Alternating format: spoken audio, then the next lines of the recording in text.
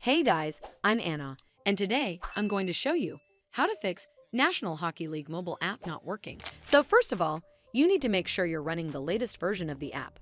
Open up Play Store app on your device, and then tap on this search icon at the top of the screen. Then search for the app, and if you see this update button right next to the app name, simply tap on it to make sure you're running the latest version of the app.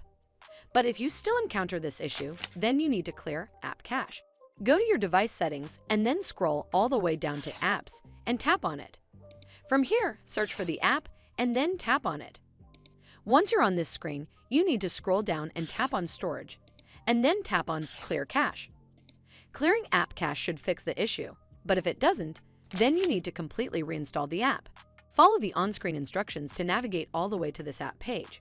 Once you're on this screen, you need to tap Uninstall at the bottom, and then tap OK to confirm. Once it's uninstalled, simply head back to the Play Store app, and then search for the app in the search bar at the top. Over here, click on this button right next to the app name to install it back on your device. Hopefully this will fix the issue, and if it did, then make sure you give this video a super thanks by clicking on this heart icon to help support the channel, and don't forget to hit that subscribe button. We'll see you in the next one.